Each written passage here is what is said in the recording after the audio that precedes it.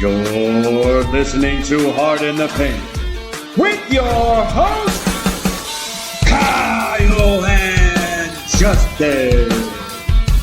A Clemson basketball podcast sponsored by the Fanboys. Let's go!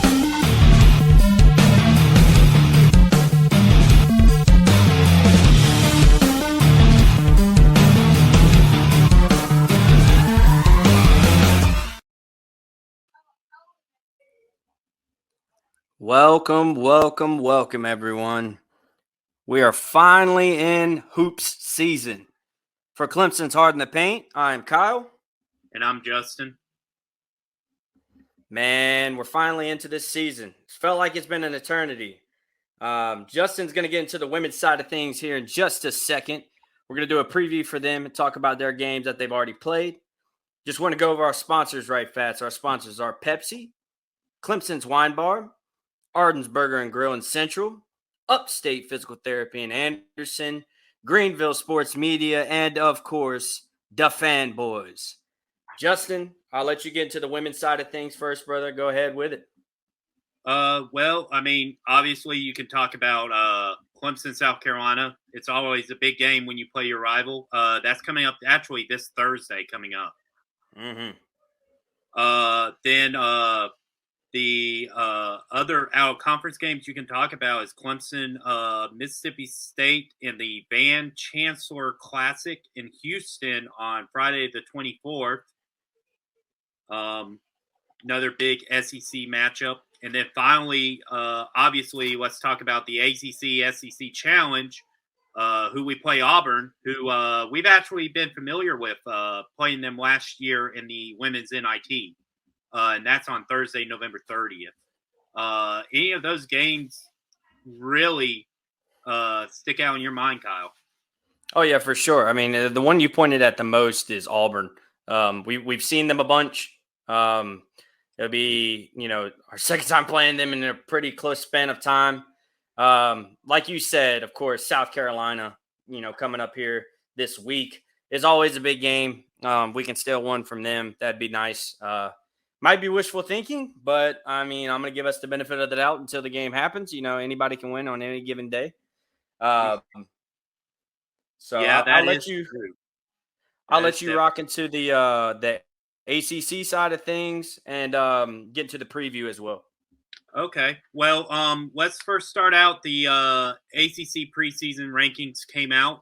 Clemson women's, because of how top heavy the ACC is picked to finish 11th in the ACC, which is with how heavy this conference is about where you would think Clemson would finish. But I think you pointed out, I think we would like to see them finish probably mid-pack. What do you think? Yeah, I said before, I think, my hope is that we can get anywhere in between, the 7 to 9 range is where I would like for us to be. But I mean, at the end of the day, I like where the program's going with the women's hoops. So, and being that the ACC is so deep when it comes to women's hoops, I don't think where they have us in the preview is, outrageous by any means, but in the same extent, I would like us, to be able to take some of these bigger games. I know in a conversation me and you had prior to the show, we were sitting here talking, and you mentioned that they took the Virginia Tech win, rode it all the way through the NIT, and so like a game like that, that you can point to and say, we became a better team after this win. I feel like that's important. We have some hard ACC games. Some of the ones I wanted to note, of course, was Duke. Who is our first ACC matchup, and it comes pretty early in the season.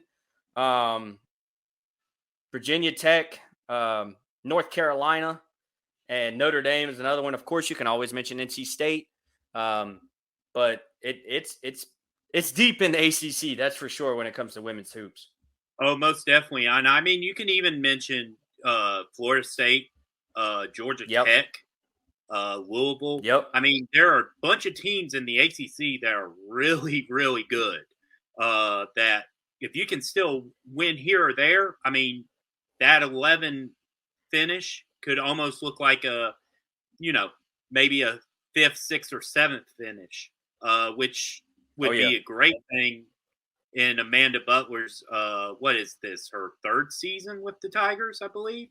Mm-hmm. And I mean, she's making great strides as well, is what I feel like. I feel like we're seeing, good progression throughout the years so far. So I like where we're going. That's for sure. Oh, most definitely. I love where Amanda Butler has the team, and I mean, it's showing out on also the women's side of things because, like this team this year is probably one of the most experienced ACC teams in the conference, which is unheard of, and it's basically because Amanda Butler's gone in and reached some good talent out of the portal to start the season. I mean, we can talk about Mackenzie Kramer, who is a really good guard, in my opinion. Yep, for sure. And I feel like a lot of those girls, they're going to have to have some time to more or less, figure out their spots. A lot of like the men's team as well with all the transfers, figure out like who's going to go where, when, how long, like minutes wise as well, how many shots, like things of that will come into play like later within the season. But I will note that we're looking good to start off. That's for sure. I mean, you can't be mad when you have your first 3 games on the schedule and you win all 3 games, by double digits, most of them by 20 plus. So, in fact, all 3 wins were 20 plus. So I was very excited to see that. Yeah, I was too, very much so. And I mean, to talk about that, I mean, you got the first game was against Winthrop, and Amanda Butler got her 300th win. So congrats to her about that. I didn't realize she's already had 300 wins already. And that's pretty crazy. Pretty crazy. I mean, here on the football side of things, Dabo just celebrated being the winningest coach in Clemson history. Brownell a couple of years ago became the winningest coach in Clemson basketball history. I mean, Clemson is on the up, in my opinion. Indeed. One person I want to say here, note about the games we played so far for the Lady Tigers, Robinson's doing her thing. As she was doing last year, she's right back in the thick of it this year. She had 20 plus in all 3 games. She had 22, 6-2, 21, 9-5, 21, 7-2. When you talk about that level of consistency from your star, I am very, very big on her to do great things this year. Mackenzie Kramer, you noted on her, struggled a little bit through the first 3 games, but it's not anything that I feel like can't be fixed, with time. It's very early on. We got to have, lineups set with these set schedules just coming. So I'm not worried about her progression, and Robinson's going to carry us. That's for sure. Yeah. And I mean, talking about that, I mean, in the first game, the women didn't shoot well from 3, but in my opinion, it's a harder chance to shoot a 3 on the women's side of things, especially since the 3-point lines are pretty much the same now in both men and women's. Mm-hmm. And I mean, that's the beauty about a long season. It's a very long season. I mean, these numbers can go just up from here.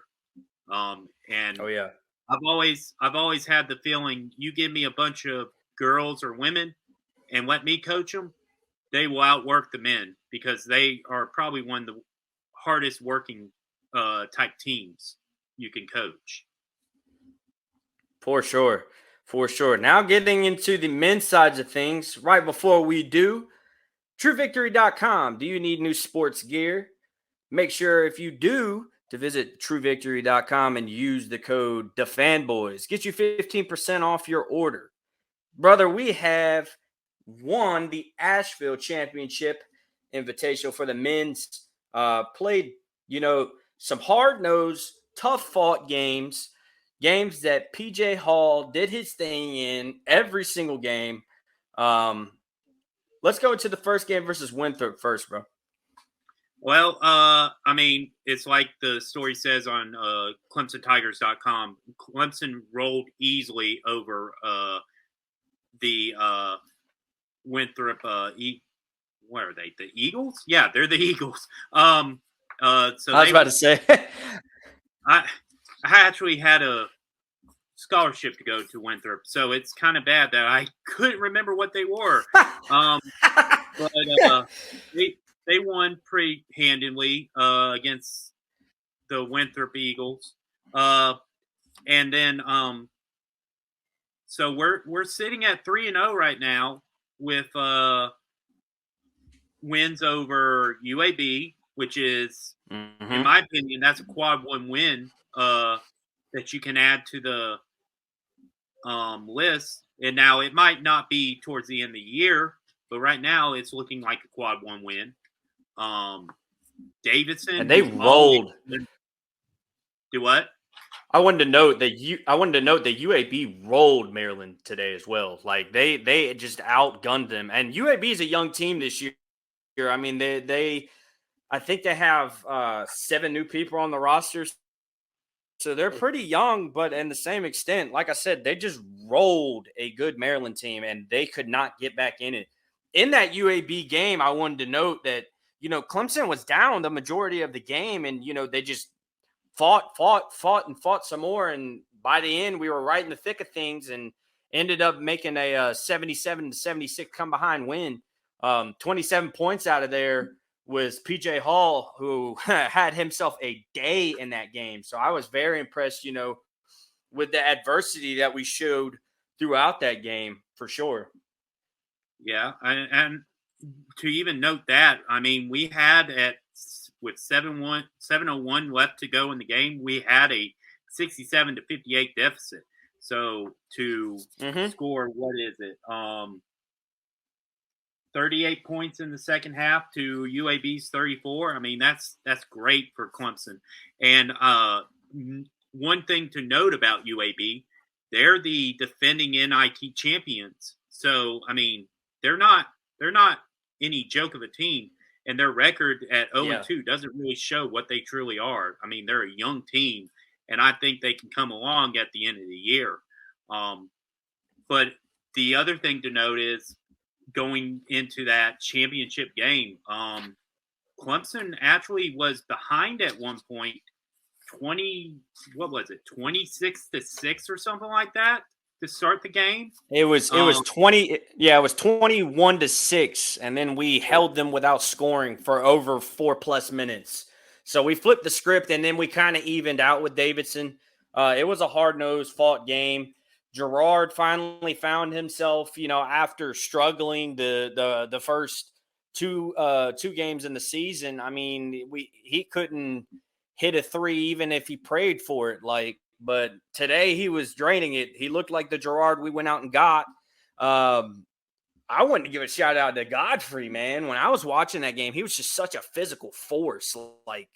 It was insane to me just to see his progression from him going from a true freshman to a sophomore.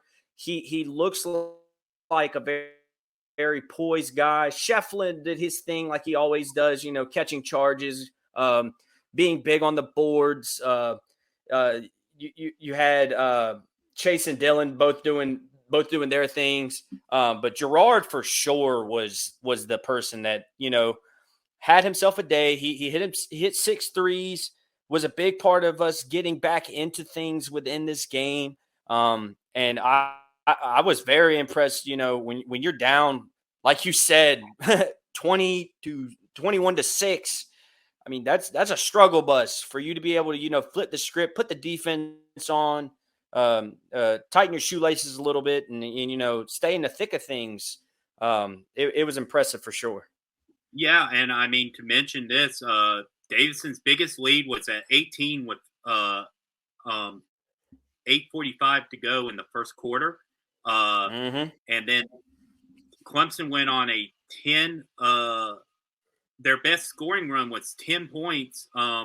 And that was 4 minutes and 31 seconds to go in the first quarter, which ended the half at 28-23. So, I mean, Clemson really found themselves in this game. It was a lot of hot and cold from both teams. I'll say that much. I mean, of course, Davidson got out to a run. Even the announcers were saying, they're going to slow down. Clemson's going to slow them down. We defended really well. I really like Brownell and how he substituted, he injected Beadle in there a lot where he was able to give us that boost off the bench. And, that's what he is. He's a firecracker. So, I mean, like he's going to come off the bench. He's going to give you that spark. Of course, he's going to make a bonehead play or two. That's just his type of play. But, I mean, even still, man, like I was greatly impressed that we went down like we did and then fought as hard as we did in that game. Oh, most definitely. And talking about the bench, we had 27 points off the bench. That's really good, especially when you start talking about getting into the ACC play. Having 27 points off the bench, you'll take that any day. And there was a point in the game, man, when I want to say it was PJ and Chase Hunter, like literally only had 2 points combined. So like for us to, like you're noting, have these people that we can substitute in and out, your Godfreys, your Beatles, your Hemingways, Gerard, like when you have guys like that, when you have your 1-2 punch just not necessarily working to a certain extent, like that's going to be huge in ACC play. I mean, it's going to be huge in a couple of days when we play Alabama. Like those type of guys are, I think, far and wide going to show why I believe we are a top 3 team in the ACC this year. Yeah, and like you said, Clemson doesn't get to rest much. I mean, yeah, they have till next Sunday, but I mean, you got Boise State coming to town, and they're a team that actually made the tournament last year. So you better be ready. And then, like you noted, Tuesday 28th, got to circle Alabama. At one time was the number 1 overall seed in the tournament. Had a heartbreaking loss in the NCAA tournament to end their season. Now, do they have still some of the same guys? Yeah, maybe. But, I mean, you never count Sam Oates out anyway. So it's great to see some of the things that Clemson's doing to start the year. Now, one thing I would point out, you don't want to always play from behind because when you get into the hard nitty-gritty of the season, if you're playing from behind, you're probably going to lose the game 9 out of 10 times because a lot of these teams know how to keep you down and keep you out of the game. For sure. Like if you're going to get down, versus, I mean, even a Duke team that just struggled versus Zona, a team like Duke, Miami, Virginia, who always hits you with defensive pressure exceptionally. I mean, you get down in those games, it's going to be hard to get back up. That punch is going to hurt a little bit more. But when you have guys off the bench that can give you a spark and that can change things for you, and you're not having to have the same look over and over and over in a game, it can change the guard pretty quick. I really think that this year we're going to see a lot from this program on the men's and women's side of things. I'm definitely excited. Hoop season, like I said, is finally freaking here. And we're going to get to see a lot more of the men's and women's Tigers. Brother, you got anything else to add for tonight? Not much else. Just I'm excited to see where we go from here. And I'm excited to be on this journey. And like we said in the first episode we got some power hitting guests coming up soon. Hopefully in the next few weeks. So you guys be on the lookout for that too. Yeah, definitely be on the lookout for the great guests that we're going to have lined up. Some great Clemson legends. Some basketball, some just around the sport in general. But yeah, man, we're going to be right back with it in just a couple days here. Probably go over the Boise State game after it ends. Like I said, the South Carolina game coming up this Thursday for the Lady Tigers. So we will be sure to be back very, very soon. But for Harden the Paint, I am Kyle. And I'm Justin. Thank you all for tuning in. Later, guys.